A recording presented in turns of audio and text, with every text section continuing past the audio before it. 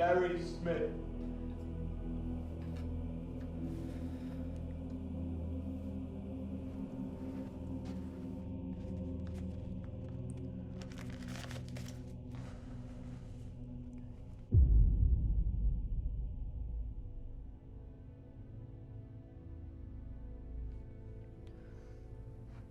I am pure love.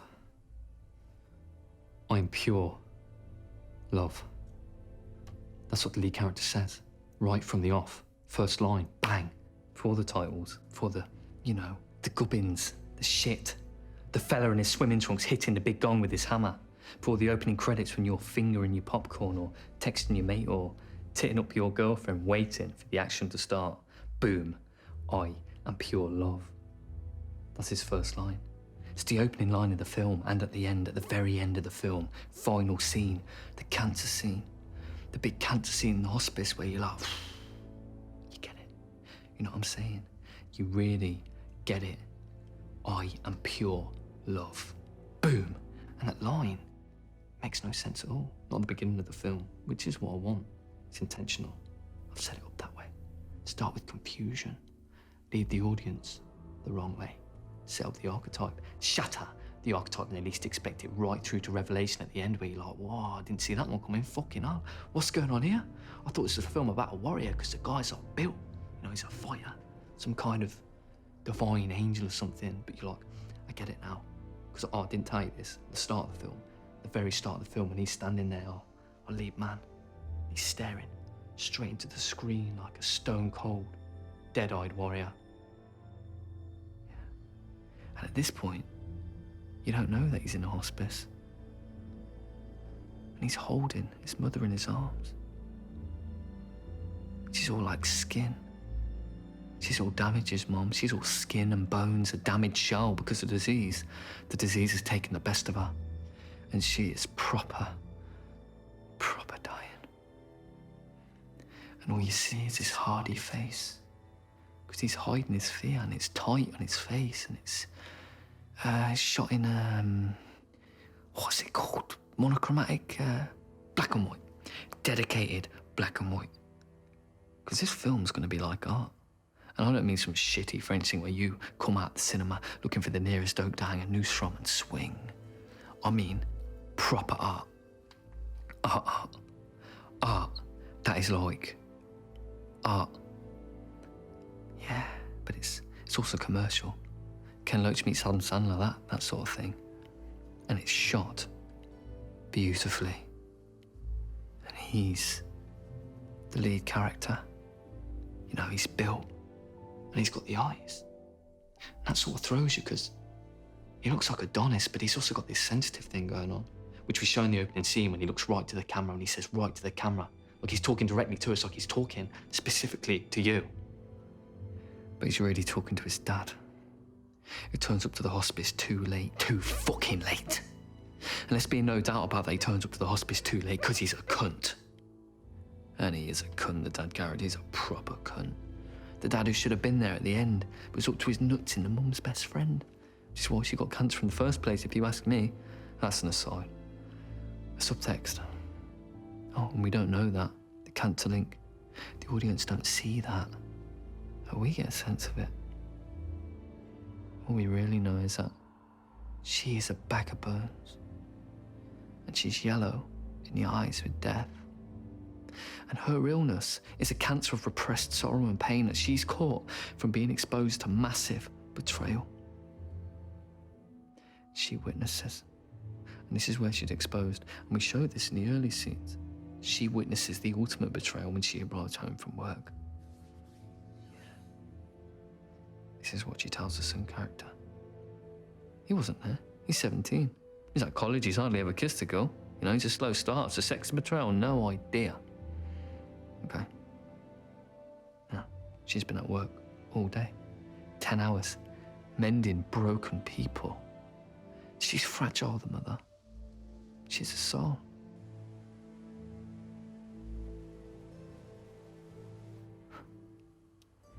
And she's treating heroin addicts at the nearby hospital, but she's brittle as a soul. Beautiful, spiritual energy. She arrives home. Now, this would work great in the middle act, yeah? It's based on my own mum and dad, but not exactly. Although my mum did die of cancer, and my dad is a cunt. So she arrives home, finds him in bed with her best mate. Yeah, finds him shagging her best mate in their bed. Well, she kicks off. Well, you would, wouldn't you? She kicks off the mum character, and he drags her down the stairs. It's not difficult. She's 7 stone and he's a throbbing lump. Yeah, he drags her by her hair, bangs her face and nose and mouth with every sharp object in the house, and these were buckled and bleeding in the front garden like some crippled dog.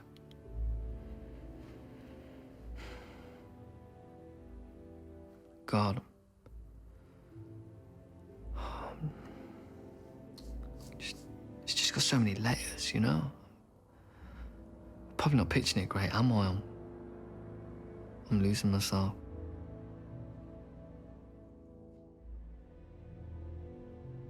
Okay, the energy, I can feel the energy coming back. Yeah, the son character, he finds out about all of this. He's a little bit Edmund, you know? Wild, angry. Edmund the bastard, King Lear? Why, bastard? Wherefore base? When my dimensions are as well compact, my mind is generous and shape as true as honest madam's issue. Why brand thee us with base? With baseness? Bastardy, base. Base. He, the son character, he finds out about the beating. The neighbours have called him from college. They found her in a puddle of thick red on the hard pavement. And they've put her in a taxi and they've called the boy from college who collects her from the hospital practically in a bucket. She's walking wounded. Nose all over her face, clumps of hair missing, bald patches from his ripped locks clean off her head, a beautiful, pretty face.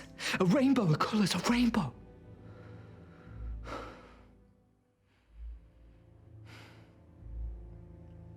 Son collects her and takes her home. But she never fully recovers. Well, you don't, do you? And after that type of abuse.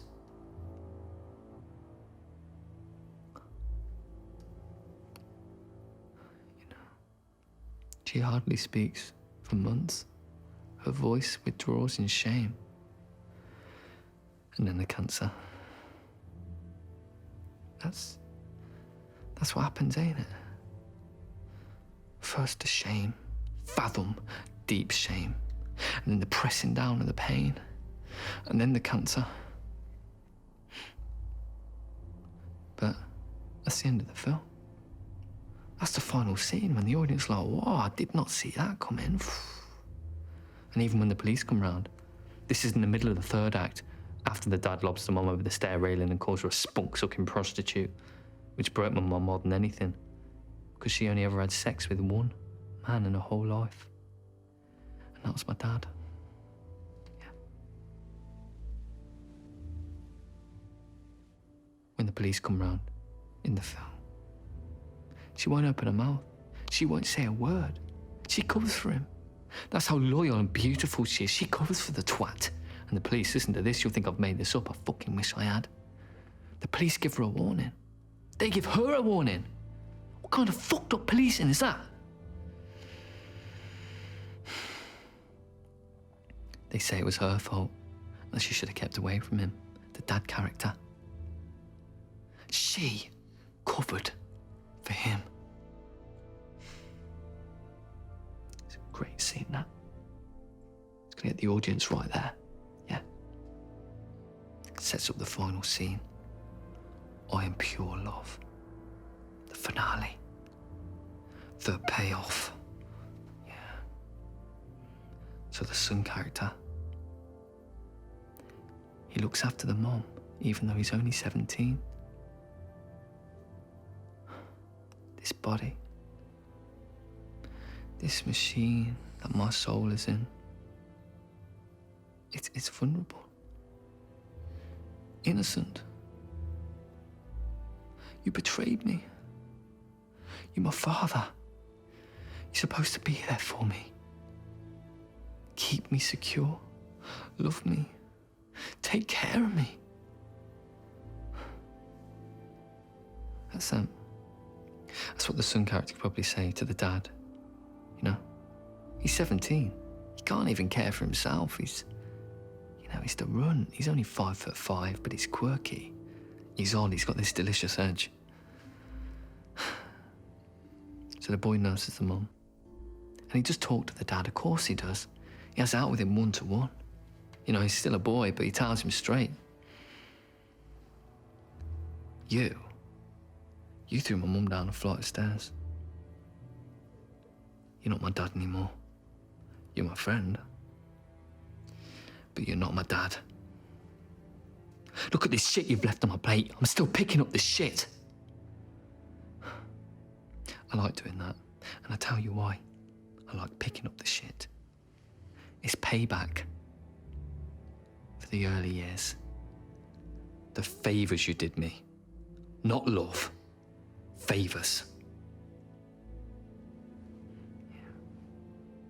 Mum character says, this is where the comedy comes in. I don't want to be typecast. See, I want people to see that I can write action, I can write drama, I can write sex, because the son character, listen to this, you'll love this little twist. I'll come back to the comedy. See, this story's going to have everything. We're not even 10 minutes in when bang, that's a fucking graphic sex scene. The skinny teenager runs his skinny little teenage bones to dirty old bastards in the public toilets just to earn some money to pay off his dad's debts. $1,000 to pay off his gambling addiction.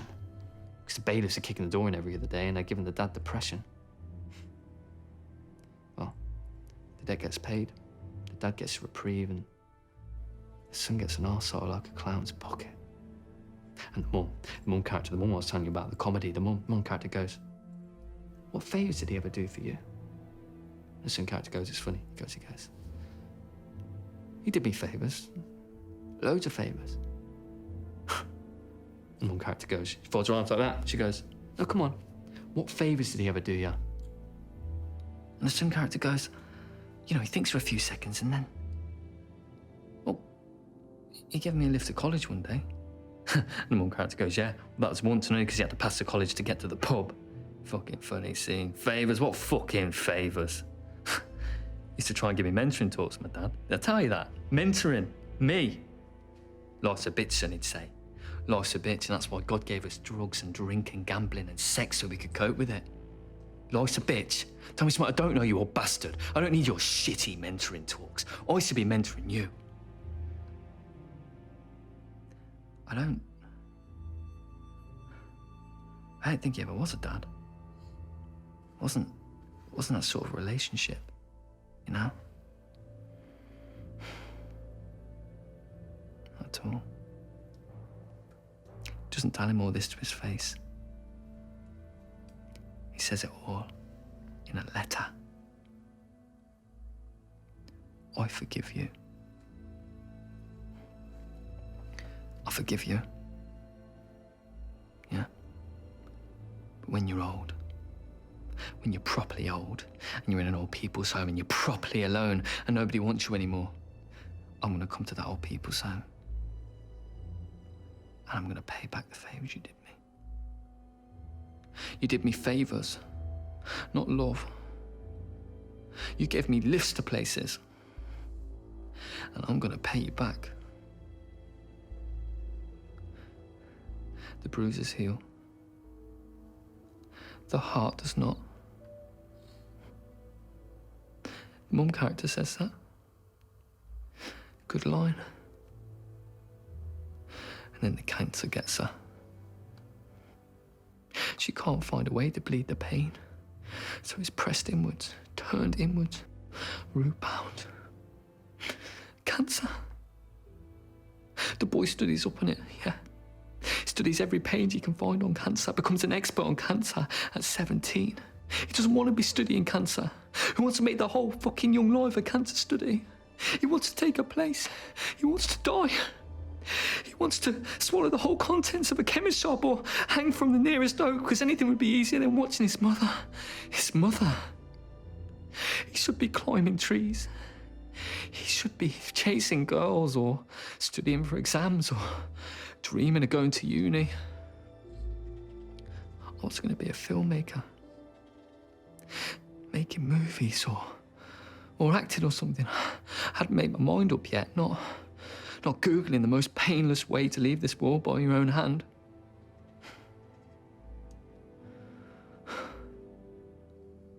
Mum character says,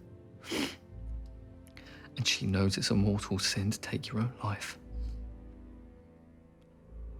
That people who take their own life end up walking the endless corridors of Dante's Purgatorio, relentlessly doing their life review over and over and over again until their sin is cleansed.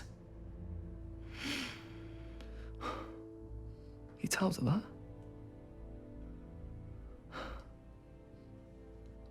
This is an earlier scene, when the agony has diseased her thinking, and she's looking for the ultimate pain relief. He's clammy wet with sorrow, this boy. This runt, this small bundle of quirk, he's desperate. Please help me to die, she says. And all he keeps thinking is, please, please, please, Mom. Please help me to die. Cancer is not kind. It's no respecter of age. It's not a spectator sport, I can tell you that much. They said that the cancer would give her 2 months to live. That's how they said it, like the cancer was in charge now, like the disease was in command. It wasn't the doctors or nurses, but the cancer who decided she had 2 months left to live. The mom finds cancer in her bones. And the son finds suicide websites on the World Wide Web, and the dad finds religion in the good book. Fucking religion. That's fucking convenient, isn't it, Dad? Gambling would have been safer, at least it's fucking honest. And the dad says that God will save her, and that the mum won't die. And he says all this in phone calls and Facebook messages and texts on the mobile phone. Because he can't find his way to the hospice. No, that's not true. He can find his way to the hospice. But he won't. He won't because he knows. He knows if he sees her cancer, he sees the truth. That it's his cancer. The cancer he gave her. And not when he was having sex with her best friend. And not when he threw her down 2 flights of stone stairs and beat her like a dog in the street. The cancer he gave her when he called my mom a prostitute.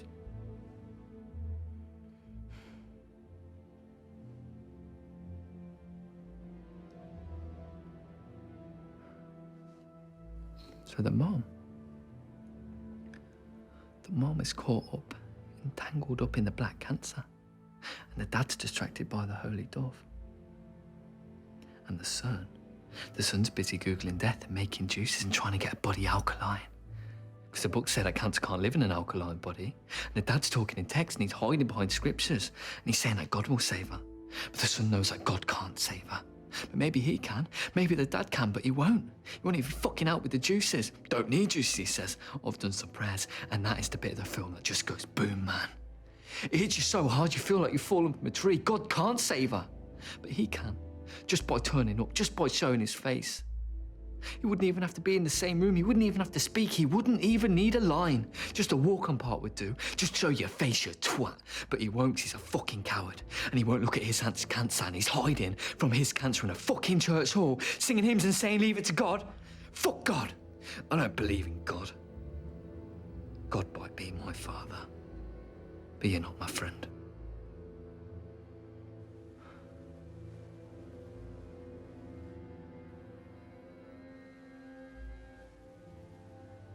Some character says this. And that's what's going to make this a film that people crawl away from. Crawl away like a creeping thing. Yeah. Like someone's walked into the cinema and thrown a truth grenade and said, have some of that.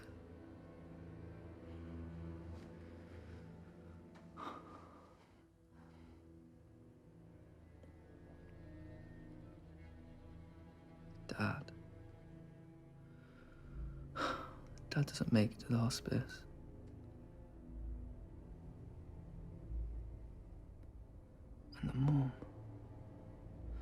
Mum dies at 5:15 in the morning.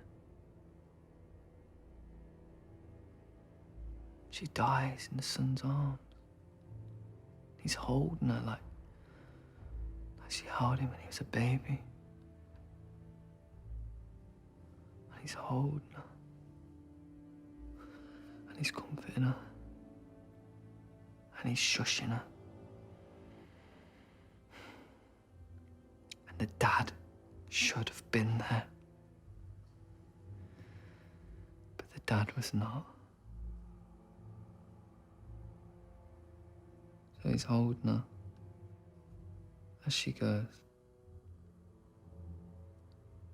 As the body dies.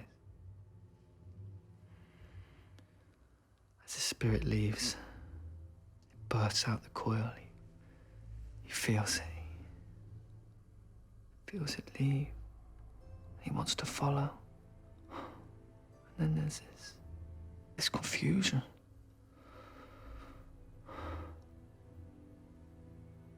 Is he holding his mother in his arms, or is someone holding him in their arms? Is it the other way around? Is he dying? Maybe. Maybe the boy, he was distraught. He was suffering after his mother died in his arms. So much pain. So much suffering. Maybe he couldn't bear it any longer. Maybe he did something unfortunate to himself. You know, I didn't really mean to do it. I can promise you that much. I wasn't thinking straight up. I wasn't thinking much at all. I don't think the son character, if he does hang himself from a tree, I don't think he really means to do it. He wasn't in his right mind. His mind left him way before he climbed that oak and noosed his young neck and rolled a rope around his neck and jumped in a fit of despair, a moment of deep anguish and insanity. Because the audience might not understand this, but it's important that they do understand this. I don't want them to hate the boy. He was just lost in his pain. You know, the rope around his neck is balm. It's comfort. Because even breathing in the world without his mother is lashes to this poorly boy.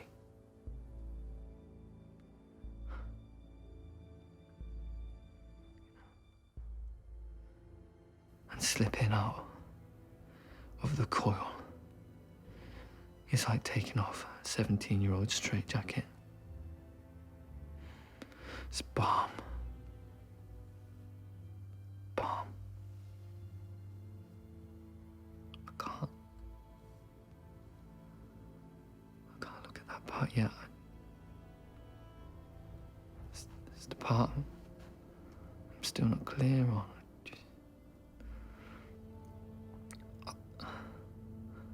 I feel like I can't finish the story. I can't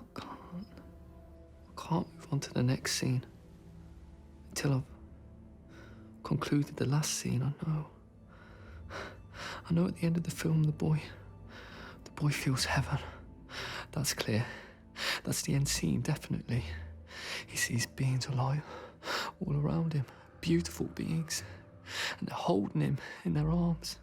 And they're cradling him in their arms, and they're shushing him, and they're holding him and loving him. And all he keeps saying over and over and over and over is, I'm a mom. I'm a mom. I'm a beautiful mom.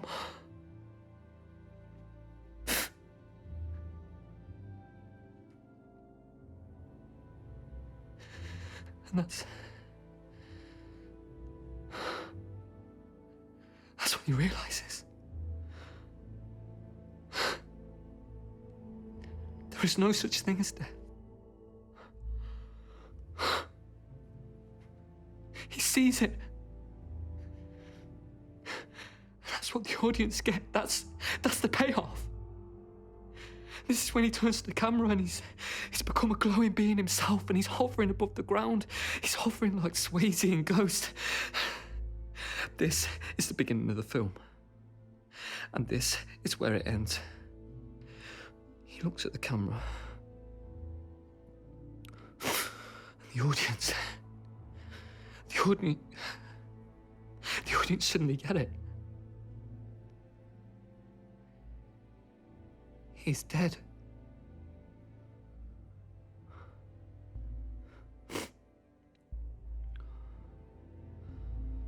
I'm at close on his face. It's radiating. Bliss.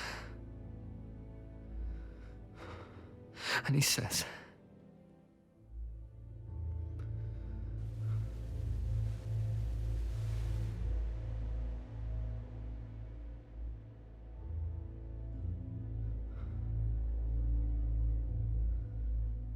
I am pure love.